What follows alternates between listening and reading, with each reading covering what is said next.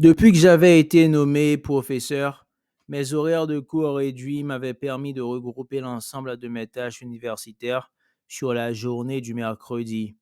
Cela commençait de 8 à 10 heures par un cours sur la littérature du 19e siècle que je donnais aux étudiants de deuxième année dans le même temps. Steve donnait dans un amphithéâtre voisin un cours analogue à ceux de première année.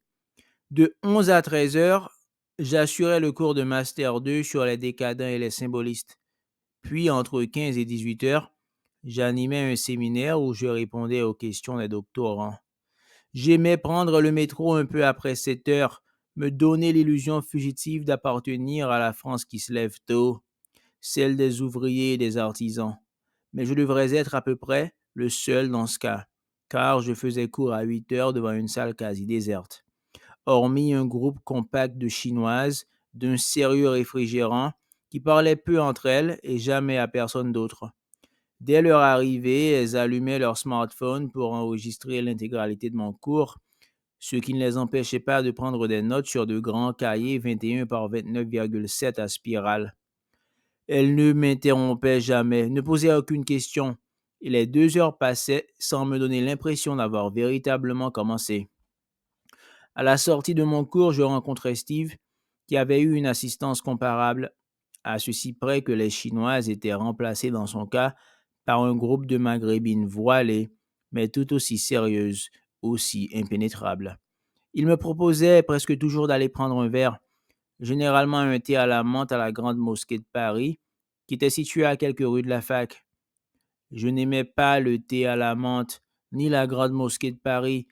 Je n'aimais pas non plus tellement Steve. Je l'accompagnais pourtant. Il m'était reconnaissant, je pense, d'accepter, car il n'était pas très respecté de ses collègues en général. De fait, on pouvait se demander comment il avait accédé au statut de maître de conférence alors qu'il n'avait rien publié, dans aucune revue importante, ni même de second plan, et qu'il n'était l'auteur que d'une vague thèse sur Rimbaud, sujet bidon par excellence, comme me l'avait expliqué Marie-Françoise Tanner, l'une de mes autres collègues, elle-même une spécialiste reconnue de Balzac. Des milliers de thèses ont été écrites sur Rimbaud, dans toutes les universités de France, des pays francophones, et même au-delà. Rimbaud est probablement le sujet de thèse le plus rabâché au monde, à l'exception peut-être de Flaubert. Alors il suffit d'aller chercher 2 ou 3 thèses anciennes, soutenues dans des universités de province, et de les interpoler vaguement. Personne n'a les moyens matériels de vérifier. Personne n'a les moyens ni même l'envie de se plonger dans les centaines de milliers de pages inlassablement tartinées sur le voyant par des étudiants dépourvus de personnalité. La carrière universitaire plus qu'honorable de Steve était uniquement due, toujours selon Marie-Françoise, à ce qu'il broutait le minou de la mère de Luz. C'était possible, quoique surprenant. Avec ses épaules carrées, ses cheveux gris en brosse et son cursus implacablement gender studies, Chantal Delouze, la présidence de l'Université de Paris 3, Sorbonne, me paraissait une lesbienne 100% brute de béton. Mais je pouvais me tromper. Peut-être éprouvait-elle d'ailleurs une rancune envers les hommes, s'exprimant par des fantasmes dominateurs. Peut-être le fait de contraindre le gentil Steve, avec son joli et inoffensif visage, ses cheveux mi-longs, bouclés et fins, à s'agenouiller entre ses cuisses trapues, lui procurait-il les extases d'un genre nouveau.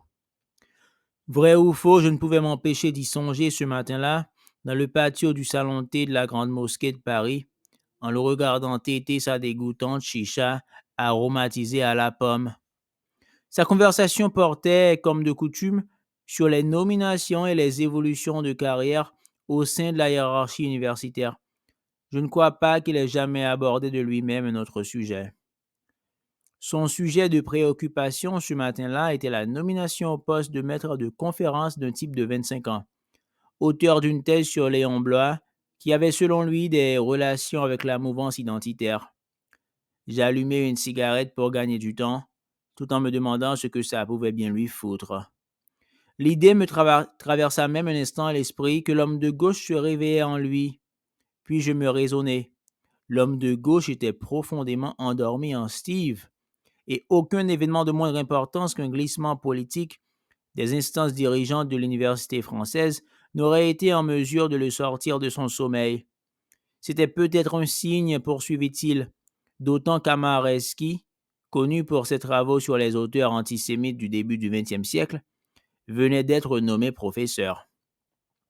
Par ailleurs, insista-t-il, la conférence des présidents d'université s'était récemment associée à une opération de boycott des échanges avec les chercheurs israéliens, initiés au départ par un groupe d'universités anglaises. Profitant de ce qu'il se concentrait sur sa chicha qui tirait mal, je consultai discrètement ma montre et constatai qu'il n'était que 10h30. Je pouvais difficilement arguer de l'imminence de mon second cours pour prendre congé.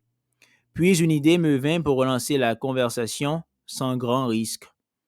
Depuis quelques semaines, on reparlait d'un projet vieux d'au moins 4 ou 5 ans concernant l'implantation d'une réplique de la Sorbonne à Dubaï, ou au Bahreïn, ou au Qatar, je les confondais. Un projet similaire était à l'étude avec Oxford. L'ancienneté de nos deux universités avait dû séduire une pétromonarchie quelconque. Dans cette perspective, certainement prometteuse d'opportunités financières réelles pour un jeune maître de conférence, envisageait-il de se mettre sur les rangs en affichant des positions antisionistes? Et pensait-il que j'avais intérêt à adopter la même attitude? Je jetai à Steve un regard brutalement inquisiteur. Ce garçon n'était pas d'une grande intelligence. Il était facile de le déstabiliser. Mon regard eut un effet rapide. En tant que spécialiste de Blois, bafouilla-t-il, tu sais certainement des choses sur ce courant identitaire. Antisémite. Je soupirai, épuisé. Blois n'était pas antisémite, et je n'étais nullement un spécialiste de Blois. J'avais bien entendu été amené à parler de lui à l'occasion de mes recherches sur Huysmans et à comparer leur utilisation de la langue dans mon seul ouvrage publié, Vertige des néologismes, sans doute le sommet de mes efforts intellectuels terrestres, qui avait obtenu en tout cas d'excellentes critiques dans Poétique et dans Romantisme, et auquel je devais probablement ma nomination au grade de professeur. De fait, une grande partie des mots étranges que l'on trouve chez Huysmans n'étaient pas les néologismes, mais des mots rares empruntés au vocabulaire spécifique de certaines corporations artisanales ou à certains patois régionaux. Huysmans, c'était ma thèse, était resté jusqu'au bout un naturaliste. Soucieux d'incorporer le parler réel du peuple à son œuvre, il était peut-être même dans un sens resté le socialiste qui participait dans sa jeunesse aux soirées de Médane chez Zola. Son mépris croissant pour la gauche n'avait jamais effacé son aversion initiale pour le capitalisme, l'argent et tout ce qui pouvait s'apparenter aux valeurs bourgeoises. Il était en somme le type unique d'un naturaliste chrétien, alors que Blois, constamment avide d'un succès commercial ou mondain, ne cherchait par ses néologismes incessants qu'à se singulariser, s'établir comme lumière spirituelle persécutée, inaccessible au monde. Il avait choisi un positionnement mystico-élitiste dans la société littéraire de son temps et ne cessa par la suite de s'étonner de son échec et de l'indifférence pourtant légitime que suscitaient ses imprécations.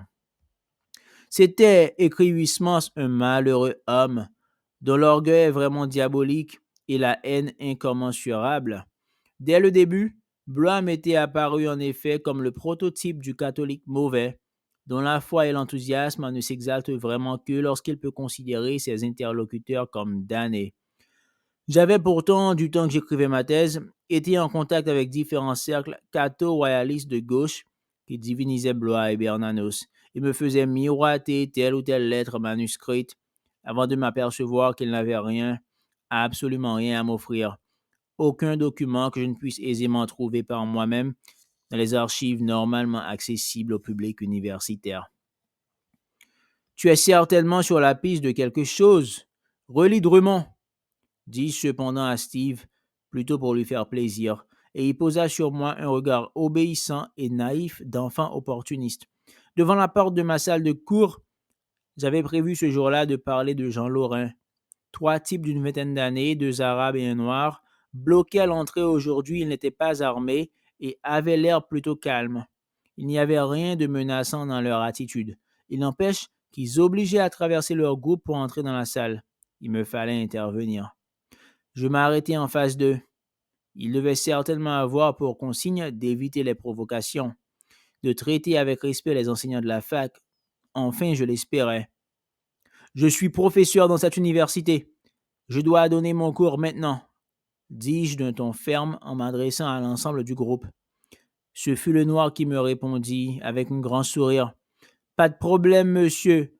On est juste venu rendre visite à nos sœurs, fit-il en désignant l'amphithéâtre d'un geste apaisant.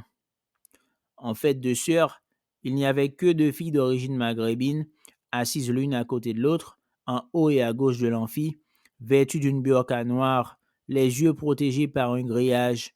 Enfin, elles étaient largement irréprochables, me semblait-il. Eh bien, c'est bon, vous les avez vues, conclus-je avec bonhomie. Maintenant, vous pouvez repartir, insistai-je. Pas de problème, monsieur, répondit-il en souriant encore plus largement, puis il tourna les talons, suivi par les autres qui n'avaient pas prononcé une parole. 3 pas plus loin, il se retourna vers moi. La paix soit sur vous, monsieur, dit-il en s'inclinant légèrement. Ça s'est bien passé, me dis-je en refermant la porte de la salle. Ça s'est bien passé cette fois-ci. Je ne sais pas à quoi je m'attendais au juste. Il y avait eu des rumeurs d'agression d'enseignants à Mulhouse, à Strasbourg, à Aix-Marseille et à Saint-Denis. Mais je n'avais jamais rencontré de collègues agressés et au fond, je n'y croyais pas vraiment.